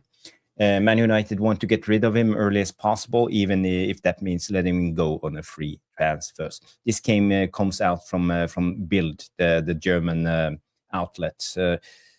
Again, do we want to spend airtime talking about the big baby? Sorry, I've got to laugh at that. It's just a Jarvis chop can with gravy. Let me tell you, we deserve better. I want your opinion on Sancho. I'm going to be very brief. We certainly want to reduce his wages. I think he should just fuck off anyway. I think we should just cut our losses with him. And it just go. We won't take a penny for you, mate. Just go. And if we've got to give you 2 million to go in January, just go. Just fuck off. He's everything that's wrong with football, mate. Not Man United. He's everything that's wrong with football at this point in time. Everything that's wrong with football. How dare you go in there 300 grand at United and can't be asked if you don't play football or not? It's ridiculous. I said to you years ago, mate, we were talking about Marcus Rashford, and I said to you, he should stop, take a deep breath, and remember when he was 5, 6, 7, 8, and 9, and he was happy kicking a ball around. What's changed? I'm 55, guys. I'm 56 in February, and I can't wait for a weekend. I'm like a baby on a Wednesday night because I'm so excited to go. My bag, my missus laughs at me because my football bag is ready on a Friday night all the time. I still get excited. I love it. Win, lose or draw. I still hate winning. I'm a bad winner, sorry, and I still hate losing. Yeah. And drawing is just a result that doesn't. But this kid, this guy, this grown man, I don't want to talk about him ever again, pal. To be honest, I really don't. I know we need to. I just don't want to talk about him, mate. No, I agree. So, but I just wanted to have your take on. Right, for me. But what I was going to say, pal. Does the Jarvis chop come with gravy? What you don't know we deserve better is the guy that was the victim of the Jarvis chop is still stuck in the same gravy that Jarvis left him in, isn't he, pal? He didn't know what to do. You know. Yeah, Jarvis. Well, you know, it happens. It happens. It happens. I also wanted to talk about this one because Rúben Amorim came out and talked a little bit about Sene Lammens. You know, he made a couple of comments, and this one comes out. He said Ruben on Sene Lammens, he's still shy, but really composed. He's the same inside the pitch, really calm, always in control and ready. Really a nice guy, but not shy there. So. Does he say anything about his? He's lost in translation, isn't he? I think, Ruben. I think what he's trying to say is, the calmness that you see on the pitch is what you see when he's in and around the change room with the guys. He's quite just a very introvert type of footballer rather than an extrovert. He's he's as good as Schmeichel, but he's no Schmeichel with his extrovert kind of big personality. Although if you listen to Nicky Butt when he burnt Schmeichel's balls on a hot teapot, the story he tells of that, I think that's fucking hilarious. But anyway, that's another story. But what we've noticed, haven't we? You know, when I was talking, Jarvis, about that calmness now that we've got at the back, that's kind of what we're talking about, isn't it? He's just wonderfully calm and suited to the Premier League. I think the goals he's conceded, he's been unfortunate with a lot of them. So I think he's super. Yeah. And on another player that's really been performing well this season, I found some stats from Stretford Reds on the Ligt, a comparison of Matthijs de Ligt in numbers per 90 minutes this season versus last season. So if you see this, it's just a small amount of stats. But you know, total tackles 1.64 this season. Last season 1.27. Interceptions almost the same. He had almost higher interceptions last season. Ball recoveries 3.18, 2.88. Long ball accuracy 51.3% compared to 34%. So that's really improved. And aerial duels 3.64 against 2.45. So, you know, you can see it here. The stats don't lie. He has improved tremendously as a centre back, and you know we have talked a lot about Harry Maguire, you know, and he's been a really good in some games, but I think the Ligt has been our midfield or a centre back chief in command. I see him as a captain. He should wear the captain armband as of next year. By the way, the interceptions is a brilliant stat. It means he's having less issues. So he's having to intercept less. It's perfect. You want the interceptions to be down. You don't want them to be high. So absolutely superb. No surprise, mate. No surprise. I think he's been brilliant for us this season, de Ligt. Absolutely brilliant. He's reminding me a little bit of his breakthrough season at Ajax. He was a big lad, if you remember, when he was 17, 18 at Ajax. He's got that air of invincibility around him. There's something about him. He's got a better hairstyle as well. He's more interested in football than his appearance, and that's how it should be. Oh, dear. Fucking hell. Jarvis is fuming now that he's changed his hair. He's more like mine. What are you talking about? What? Okay. More like mine anyway. With a you know. No, he's been absolutely brilliant. He is. You know, I agree. We deserve better. If there was any chance of getting Gahey, alongside him, wow. I mean, well, you know, my question to you, Stu, and this is for the live chat too. I want your answers in. Who do de Ligt reminds you of, if you can compare him to any of the centre backs through the let's say the Ferguson era? Oh, Steve Bruce. Steve Bruce. You come in directly, Steve Bruce? Yeah, I had Steve Bruce in my mind when I was talking about Steve Bruce. The similarities are uncanny. He's not quick. Steve Bruce wasn't quick. Good in the, decent in the air, strong, brave, Steve Bruce was as brave as it fucking. You don't get that good looking, i.e., Steve Bruce, by not getting your face smashed in. He's as brave.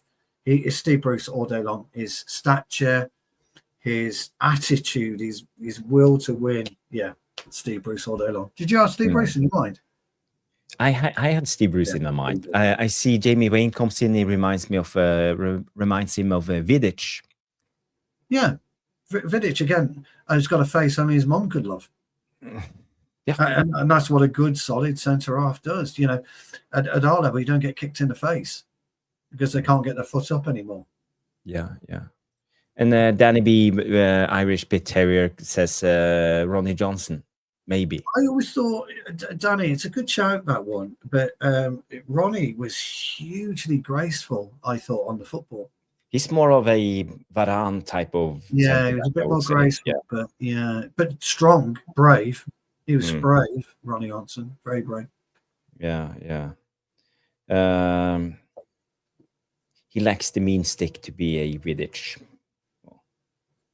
But I think, he's a captain material. I think next season, if Bruno gets sold, do you know something, people? It's actually a good spot. But Vidic today wouldn't be able to play the way that he did 10 years ago.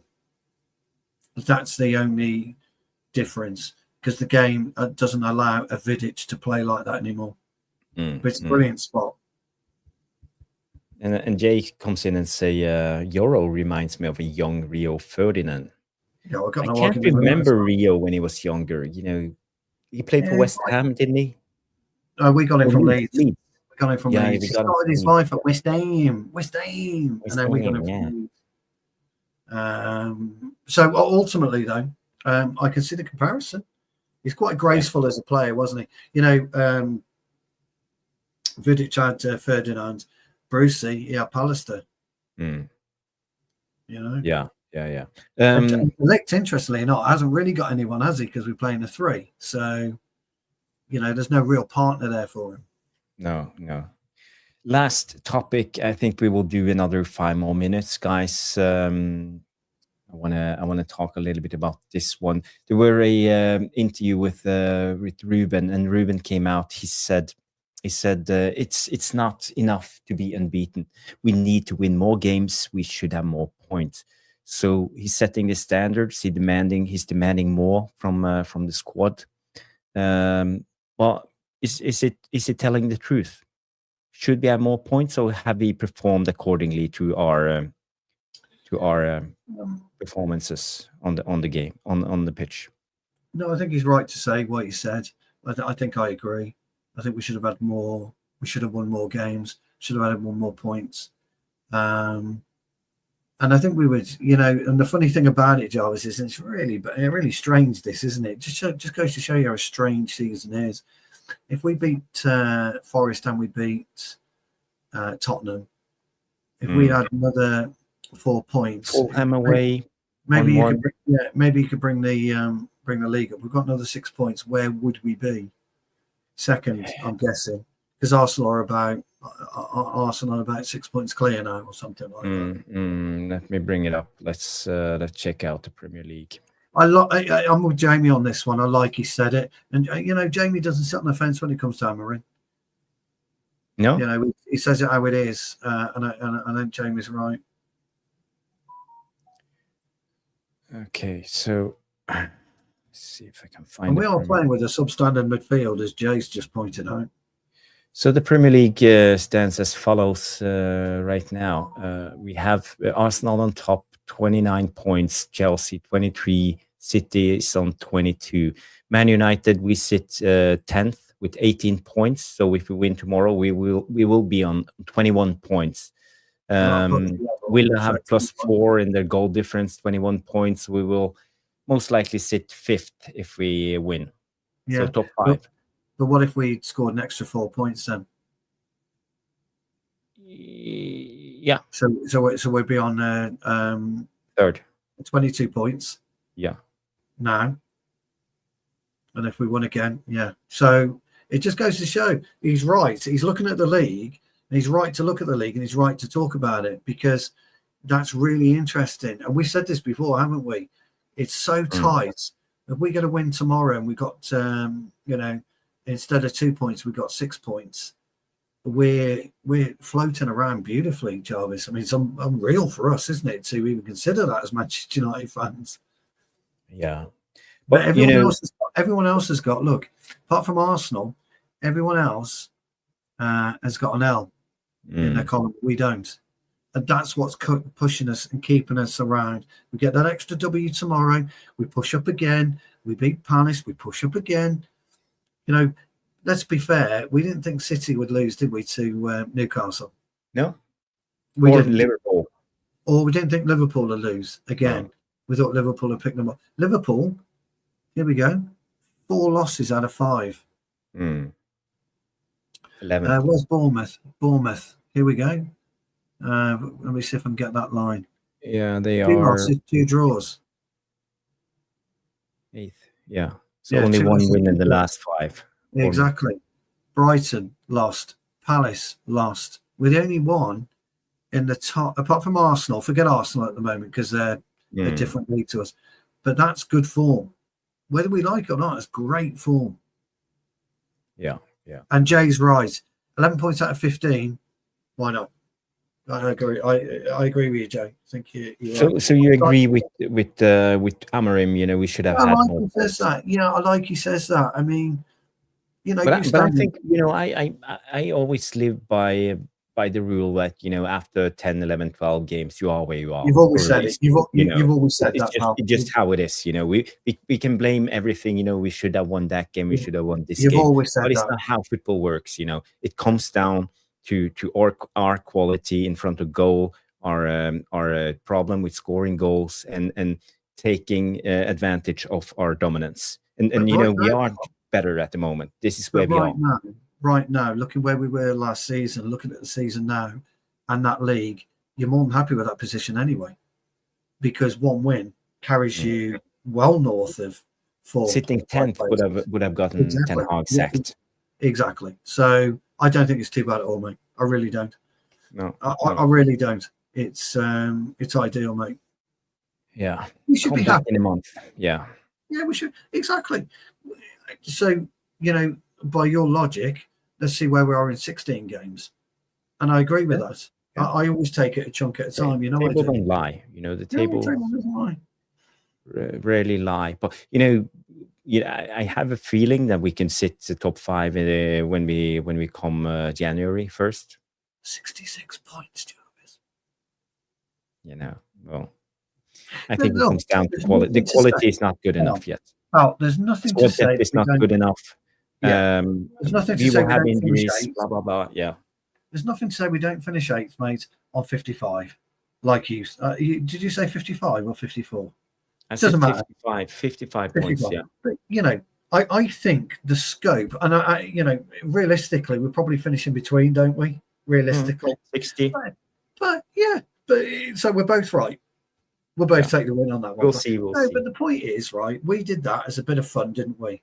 Between me and you, what do you think we'll end up? We don't know where we're going to end up. And I just think at the moment, for the first time in a while, us as fans have got something we can just kind of grip, haven't we? Kind of grip, and we can get excited. That's why I'm looking forward to tomorrow night's game, me old mate. Yeah. Guys, I want your score predictions in Man United first and Everton last. We are playing at home, so let me know your score predictions. And I'm just saying, 120 people watching. A lot of you guys came over from Never a Foul cast. Big up you guys. Please do us a favor, smash the like. Help the channel get going. We need more likes. It's so valuable for us. I know if you're not the type that like every type of show, but do me a favor, smash the like. We need at least 50 likes before we end the show. I think we are on we're on 41 right now. So 9 more before we wrap up the show. Yeah. If you don't give us likes, give Danny B likes as he's driving through the Big Apple. So he's in New York. Yeah. How cool is that? I know. How cool is that? if you're listening to us, Danny, you're in the Big Apple, mate. Hello, New York. How's that? Hello, New York. Absolutely brilliant. I'm actually going for 2-0, my old mate. Okay. And I'm going to go with Mbumo, but I think we'll get a penalty as well. So I think Bruno will pop it away. So I think we'll go 2-0, Bruno and Mbumo. Bruno and Mbumo. Okay, let's see what the chat. Be Cool coming in 3-1 Man United. Big up, Be Cool. Thank you. Danny B comes in, say 4-1 Man United. Jay comes in 3-1 Man United. Helge, I'm going 4-1. A lot of optimism in the chat. Jules, 1-1. Big up, Jules. Big up, Jules. Adam Partridge says 2-1 United win, lads. Dave, 1-0 win. Big up, Dave. Big up. Be Cool also comes in and say 3-1. Mbumo, Ahmad, and Bruno. Danny B's on the way to Jersey, by the way. Safe trip, mate. Safe trip. Safe trip. Thanks for listening. Better 3-1, 3-2 Man United. Big up, big up. Routinator 2-0. Oh, big up, well done, Booty. Well done, Booty. Okay, so that's, and Yala comes in a little bit more conservative, 0-0. Well, so no one predicting a loss, at least 2 draws and rest win, 3-1, 3-2, 2-1, 1-0, 3-1. So Simba's coming in 2-1. Simba's just popped his in 2-1. Oh, sorry. Fuck. We have a habit of doing that, meaning, don't we? Yeah, sometimes we do. But, Danny B's on his way to Jersey. Danny, if you're listening, get those windows rolled down just before you go into the tunnel and blast out the remaining minutes of Tactical Devils. Great. Stu, 3 minutes and 45 seconds left. We need to end the show before we have reached the 2-hour mark. So guys, I think it's time to wrap it up. We will be back tomorrow night. And then I was about to talk about the fantasy, but there's one more game, so we can look at the fantasy points another day. I think Stu is doing fairly well. And, no, I haven't looked. I was doing okay. Gabriel, you captained Joachim Anderson for them. Yes, I did. Yes, points. So I think you did well. Again, another obscure centre back captain. If you know, you know. I thought you'd be laughing because Gabriel was injured. The poll result should we give Casemiro a new contract on reduced wages? 44% of you says yes, and 56% of you say bye-bye, Casemiro. It's time to go. So no contract. And I think this is where the fan base is at the moment. I think 45-55 is about right. Stu, if we go 4th tomorrow, if we win. No. Goal difference. Willa has +4. We have +1. So we need to win 3-0 at least to be equal to Willa. Villa won today, didn't they? Beat Leeds 2-1. They did. Leeds are terrible at the moment. Leeds are going down. Oh, they're terrible. Yeah. Yes, Joe. Thank you all. Thank you everybody for tuning in. Please do us a favor, smash the like, subscribe to the channel. If this is your first time, we are going for 1,600 subscribers. So please subscribe to the channel. We will see you tomorrow night on the match reaction show after the game. Hopefully there will be a win and much positivity and much to analyze. So everybody, have a good show and we will see you on the next one. Have a good night and bye. Guys.